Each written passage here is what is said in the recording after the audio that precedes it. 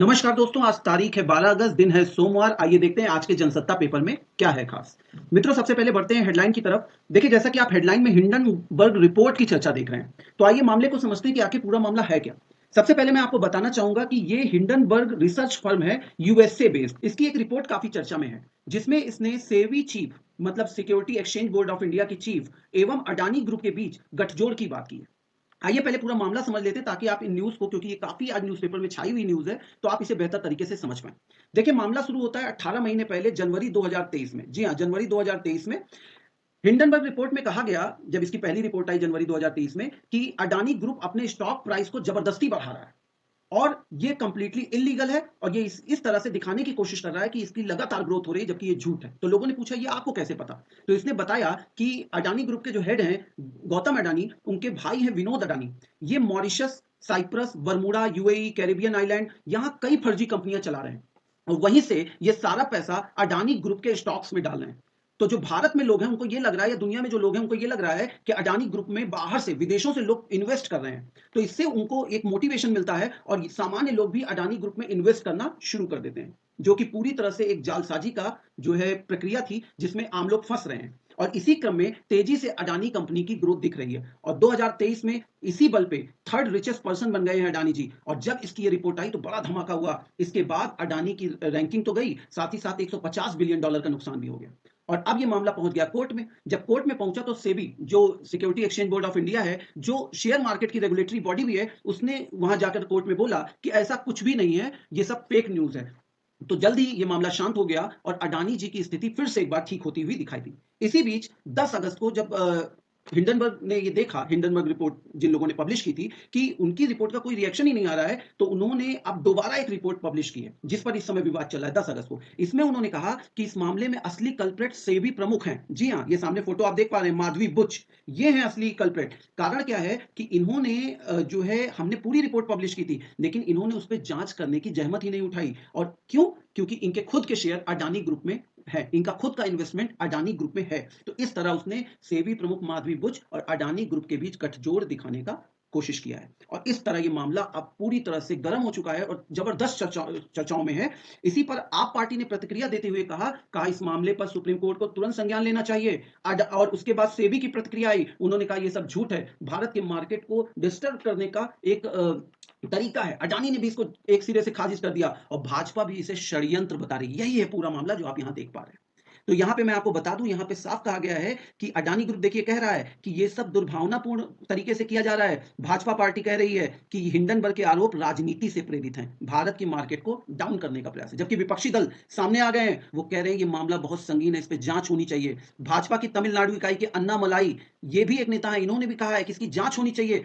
हालांकि इसके बीच इन्होंने ये भी जोड़ा है कि हिंडनबर्ग भारत में घबराहट पैदा करना चाह रहा है, लेकिन अगर हमें इसकी बात को काटना है तो जांच करनी चाहिए। तो इस तरह पूरी तरह से भारत का राजनीतिक माहौल बिल्कुल गर्म है। दोस्तों, अब दूसरी बड़ी खबर आ रही है ओलंपिक से, जिसमें भारत का अभियान अब समाप्त हो चुका है। टोटल मिले हैं 6 पदक, 1 चांदी और 5 कांसा। जी हां, 1 सिल्वर एंड 5 ब्रॉन्ज। इससे पहले 2020 टोक्यो ओलंपिक में भारत को मिले थे 1 गोल्ड, 2 सिल्वर और 4 ब्रॉन्ज, मतलब टोटल 7 पदक मिले थे। मतलब इस बार भारत का परफॉर्मेंस ओलंपिक में डाउन आया है। भारत की पिछली बार रैंक थी 48, और इस बार रैंक है 71। जी हां, तो निश्चित रूप से इस बार ओलंपिक अपेक्षा के अनुरूप भारत में नहीं रहा है, लेकिन हम आशा करते हैं कि जल्द ही भारत इससे उभरेगा और अच्छा प्रदर्शन करेगा अगले ओलंपिक में। इसके बाद जो अगली खबर हमारे लिए महत्वपूर्ण आ रही है, वो पेज नंबर 9 से आ रही है दोस्तों। जी हां, पेज नंबर 9 से एक खबर आ रही है, जो कि हमें काफी परेशान करने वाली भी है। इसमें शेख हसीना जी, जो भारत में शरण लिए हुए हैं, काफी समय बाद उन्होंने खुलकर बोला है, और उन्होंने कहा कि उनका तख्ता पलट इसलिए किया गया है क्योंकि अमेरिका ने उनसे सेंट मार्टिन द्वीप मांगा था, और जब उन्होंने ये देने से इनकार कर दिया, तो इसी बात को लेकर उनका तख्ता पलट किया गया है। जी हाँ, और यहीं पर आप देख सकते हैं सेंट मार्टिन द्वीप का इतिहास भी इसमें बताया गया है कि भारत और बांग्लादेश के पास बंगाल की खाड़ी में ये 8 वर्ग किलोमीटर का एक द्वीप है। जी हाँ, इसे नरिकेल जिंजिरा जिंजिरा या फिर दारूचीनी द्वीप भी कहते हैं। इसमें एक सबसे महत्वपूर्ण बात क्या है कि म्यांमार के तट से केवल 8 किलोमीटर दूर है, और इस द्वीप को लेकर म्यांमार बांग्लादेश के बीच हमेशा खींचतान भी चलती रहती है, और कई बार म्यांमार की आर्मी यहाँ पर, आर्मी के जहाज या फिर विमान यहाँ पर घुस भी आते हैं। अब बात आती है इसकी अमेरिका को क्या जरूरत। तो देखिए, हिंद महासागर एवं विश्व में चीन की बढ़ती गतिविधियों को नियंत्रित करने के लिए अमेरिका को इस द्वीप पर एक नौसैनिक अड्डा बनाना है। जी हाँ, नौसैनिक अड्डा बनाना है, और 1990 के दशक से कोशिश में था कि उसका यहाँ पर कुछ एंट्री हो जाए, लेकिन उसका प्रयास लगातार विफल होता रहा। अगर उसकी एंट्री इस द्वीप पे हो जाती है तो केवल बांग्लादेश के लिए खतरे की बात नहीं है, भारत के लिए भी बराबर का खतरा हो जाएगा, जो भारत की सुरक्षा से एक समझौता होगा। तो हसीना ने ये कहा है कि उन्होंने इस चीज से जब इंकार किया तो उन्हें तख्ता पलट का सामना करना पड़ा। बहुत बड़ी बात से शेख हसीना की तरफ से कही जा रही है। देखिए अगली न्यूज जो हमारे सामने आ रही है वो आ रही है, आप देख सकते हैं राज्यसभा से। देखिए राज्यसभा में जो हमारी एनडीए सरकार है, इसको बहुमत मिलने की अब उम्मीद है। देखिए अभी तक क्या होता था कि हमेशा लोकसभा में तो बहुमत पा जाते थे मोदी जी, या तो गठबंधन के थ्रू या डायरेक्ट बीजेपी अकेले ही, लेकिन राज्यसभा में बहुमत ना होने के कारण कई बार उनके बिल पास नहीं हो पाते थे। लेकिन इस बार ये बताया गया है कि जो एनडीए है, राष्ट्रीय जनतांत्रिक गठबंधन, इसको अगले महीने 12 सीटों पर जो चुनाव होने वाले हैं उसके बाद स्पष्ट बहुमत मिलने की उम्मीद है राज्यसभा में भी।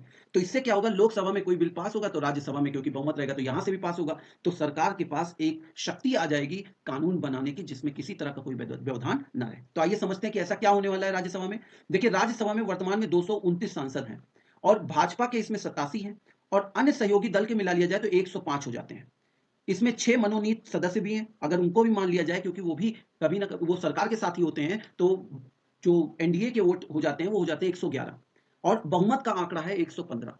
तो 4 सीटें कम है और 12 सीटों पर चुनाव होने वाला है, तो निश्चित रूप से मिल जाएंगी। तो इसके बाद राज्यसभा में भी हम एनडीए को बहुमत में देखेंगे, और जो वक्फ संशोधन विधेयक जैसे तमाम विधेयक जो पाइपलाइन में रहते हैं और राज्यसभा में अटक जाते हैं, वो उम्मीद की जा रही है कि इसके बाद ऐसा नहीं होगा और तेजी से जो जगह सरकार है वो नियम कानून को बनाने की प्रक्रिया में और गतिशील हो जाएगी। आगे बढ़ते हैं इसके बाद अगली न्यूज की तरफ। तो दोस्तों अगली न्यूज जो हमारे लिए महत्वपूर्ण है वो है पेज नंबर 6 से संपादकीय सेक्शन। इसमें जो आर्टिकल है वो आज का काफी अच्छा आर्टिकल दिया गया है जिसका नाम है आर्थिक विकास पर अनुत्तरित प्रश्न। इसमें यह कहा गया है कि देखिए भारत तरक्की के पायदान पर चढ़ रहा है, पांचवी आर्थिक महाशक्ति से 2-3 वर्षों में तीसरी दुनिया की बड़ी आर्थिक महाशक्ति ये बनने जा रहा है।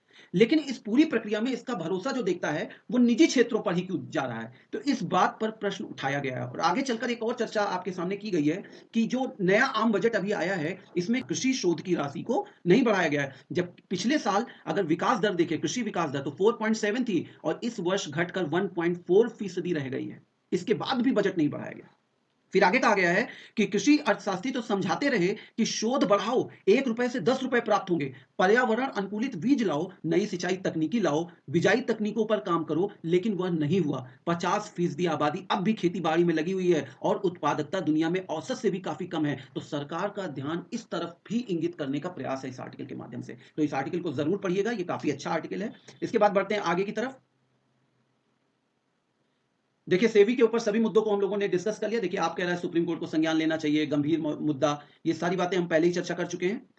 सेंट मार्टिन वाला भी कर लिया। देखिए इस समय भारत और मालदीव के बीच संबंध काफी महत्वपूर्ण हो गए हैं। तो भारत के लिए हिंद महासागर क्षेत्र में प्रमुख साझेदार है मालदीव, ये बोला है हमारे विदेश मंत्री जयशंकर ने। और इन्होंने ये बात कही है कि देखिए मालदीव हमारे लिए हिंद महासागर क्षेत्र में एक महत्वपूर्ण साझेदार है, यह पड़ोसी प्रथम की हमारी नीति के केंद्र में है और बहुत ही स्वाभाविक है कि हमारे दोनों देशों के बीच सहयोग पारंपरिक भूमिका से आगे बढ़ गया है। तो अब हम लोग एक आधुनिक साझेदार बनने की दिशा में आगे बढ़े। तो इसी क्रम में यह भी बात स्पष्ट की गई है कि मालदीव में पिछले कुछ वर्षों में भारत ने 22 करोड़ अमेरिकी डॉलर का निवेश किया है, जो दिखाता है कि मालदीव भारत के लिए क्या महत्व रखता है। और इसी बीच मालदीव की प्रमुख विपक्षी पार्टी का भी एक स्टेटमेंट आया है जिसने उसने राष्ट्रपति मोइजू की नीति जो सरकार द्वारा भारत के लिए अपनाई गई थी उसमें अचानक परिवर्तन किए जाने का स्वागत किया है और बताया कि मोइजू को भारत विरोधी नीति नहीं अपनानी चाहिए क्योंकि भारत उनका खास साझेदार है। अगली न्यूज आती है आपकी अमेरिका से। देखिए कमला हैरिस ने, जो कि वहां पे राष्ट्रपति पद के लिए दावेदार भी हैं, उन्होंने कहा है कि अगर वो राष्ट्रपति बन जाती हैं तो टिप पर जो कर, जो रेस्टोरेंट और बार में टिप दिया जाता है उस पर जो कर है उसको समाप्त करने का काम करेंगी। याद रखिए डोनाल्ड ट्रंप ने भी ऐसा ही वादा किया। इस चुनाव में देखा जा रहा है दोनों पार्टियां लगभग एक ही जैसे वादे कर रहे हैं। अगली बात शाहरुख खान से संबंधित है। शाहरुख खान को स्विट्जरलैंड में आयोजित 77th लोकार्नो फिल्म फेस्टिवल में कैरियर लेपर्ड के तमगे से सम्मानित किया गया है। जी हाँ, और इस तमगे को इनको दिया गया है सिनेमा में इनके खास योगदान के लिए। बहुत बड़ी बात है भारत के लिए। दोस्तों आप खेल पेज की तरफ आगे बढ़ते हैं। अभिनव बिंद्रा को मिला है ओलंपिक ऑर्डर। 2008 ओलंपिक में इन्होंने वहां पर ओलंपिक में स्वर्ण पदक जीता था।